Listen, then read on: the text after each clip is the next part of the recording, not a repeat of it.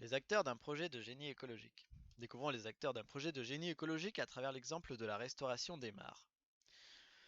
Michael Ouzo est technicien au parc naturel régional Normandie-Maine.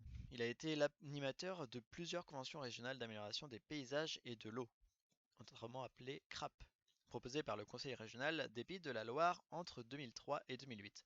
Ces programmes d'action triennaux destinés aux collectivités ont permis de financer de multiples actions en faveur du paysage, de l'eau, du bocage et de la biodiversité.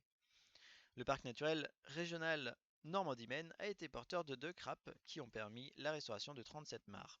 Parmi ces mares, 25 ont été restaurées en partenariat avec l'Office national des forêts, alors que 12 ont été restaurées chez des particuliers ou des communes. Sur chaque territoire, composé de 2 ou 3 communautés de communes, une étude préalable a été réalisée par un prestataire privé, un bureau d'études. Elle a permis de définir les principaux enjeux paysagers et écologiques. Un comité de pilotage associant les élus locaux à leurs partenaires techniques, Chambre d'agriculture, CAUE, Fédération de pêche, associations, etc., a ensuite élaboré un programme d'action de 3 ans validé par les élus du Conseil régional des Pays de la Loire qui ont financé ce programme à hauteur de 50%. Pour chacune des actions prévues, réhabilitation bocagère et restauration de mares, une information à destination des particuliers a été mise en place par l'animateur des CRAP dans les mairies concernées. Lorsqu'un propriétaire privé ou une commune fait appel à Michael Ouzo, celui-ci se déplace sur le site après avoir vérifié que le projet pouvait rentrer dans le cadre des CRAP.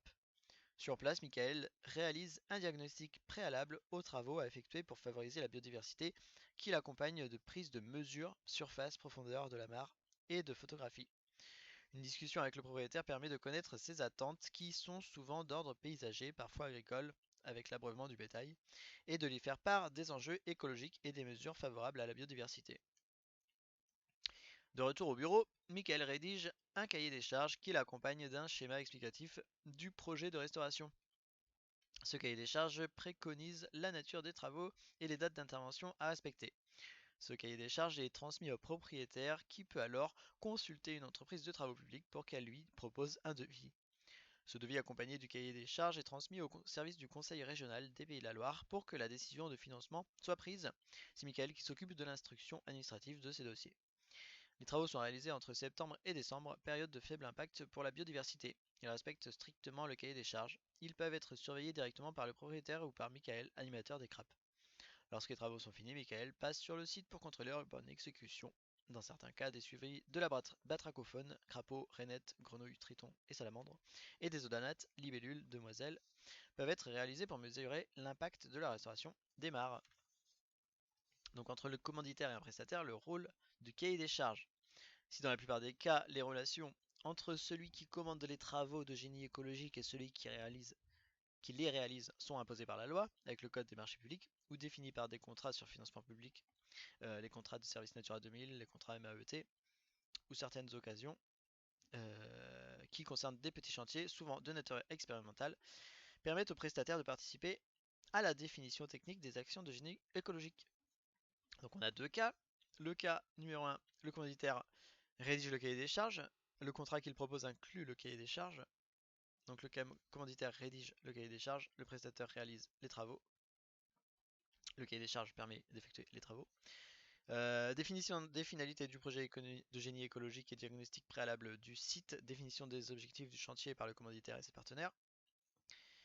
Rédaction d'un cahier des charges par le commanditaire pour expliquer ce qu'il attend des prestataires. Proposition du cahier des charges aux prestataires. Visite possible du site par les prestataires accompagnés ou non du commanditaire. Offre des prestataires qui s'engagent à respecter le cahier des charges. Choix du prestataire. Contrat entre le prestataire et le commanditaire. Programmation et réalisation des travaux par le prestataire et suivi du chantier par le commanditaire. Contrôle et suivi de l'efficacité écologique et budget réalisé. Dans le cas numéro 2, le prestataire rédige le cahier des charges. La proposition commerciale inclut le cahier des charges. Donc là, le commanditaire échange avec le prestataire rédige le cahier des charges et les travaux. La définition des finalités du projet de génie écologique et le diagnostic préalable du site et la définition des objectifs du chantier par le commanditaire et ses partenaires. Ça ne change pas. Ensuite, échange généralement sur le terrain entre le commanditaire qui expose ses objectifs et un prestataire qui propose des techniques pour atteindre ses objectifs. Rédaction d'une proposition commerciale incluant un cahier des charges par le prestataire pour expliquer ce à quoi il s'engage et à quel prix. Et enfin, comme pour le cas numéro 1, contrat entre le prestataire et le commanditaire, programmation et réalisation des travaux par le prestataire et suivi du chantier par le commanditaire, contrôle suivi d'efficacité écologique et budget réalisé. Donc comprendre la commande, qui, quelle voie est logique de commande et comment écrire le cahier des charges. Un cahier des charges est un document contractuel décrivant ce qui est attendu du maître d'œuvre, donc nous en l'occurrence, par le maître d'ouvrage. Il s'agit donc d'un document décrivant de la façon la plus précise possible, avec un vocabulaire simple, les besoins auxquels le maître d'œuvre doit répondre. Dans la mesure où seul le maître d'œuvre est réellement compétent pour proposer une solution technique appropriée, le cahier des charges doit préférentiellement faire apparaître le besoin de manière fonctionnelle, indépendamment de toute solution technique, sauf à préciser l'environnement technique dans lequel la solution demandée doit s'insérer. Il s'agit aussi ainsi d'un document permettant d'une part de garantir au maître d'ouvrage que les livrables seront conformes à ce qui est écrit, d'autre part d'éviter que le maître d'ouvrage modifie son souhait au fur et à mesure du projet et demande au maître d'œuvre des nouvelles fonctionnalités non prévues initialement. Un cahier des charges doit également contenir tous les éléments permettant au maître d'œuvre de juger de la taille du projet et de sa complexité afin d'être en mesure de proposer une offre la plus adaptée possible en termes de coût, de délai, de ressources humaines et d'assurance qualité. Il s'agit à ce titre d'un document de référence permettant de lever toute ambiguïté sur ce qui était attendu, ainsi qu'un outil de dialogue permettant au maître d'œuvre d'interroger le maître d'ouvrage afin d'affiner sa compréhension de la demande. Un cahier des charges n'est pas pour autant nécessairement statique. Son contenu peut tout à fait être modifié au cours du projet, même si dans l'idéal tout devrait être défini dès le début sur la base d'un avenant accepté par les deux parties. Donc le contexte, un cahier des charges commence généralement par une section décrivant le contexte, c'est-à-dire notamment le positionnement politique et stratégique du projet.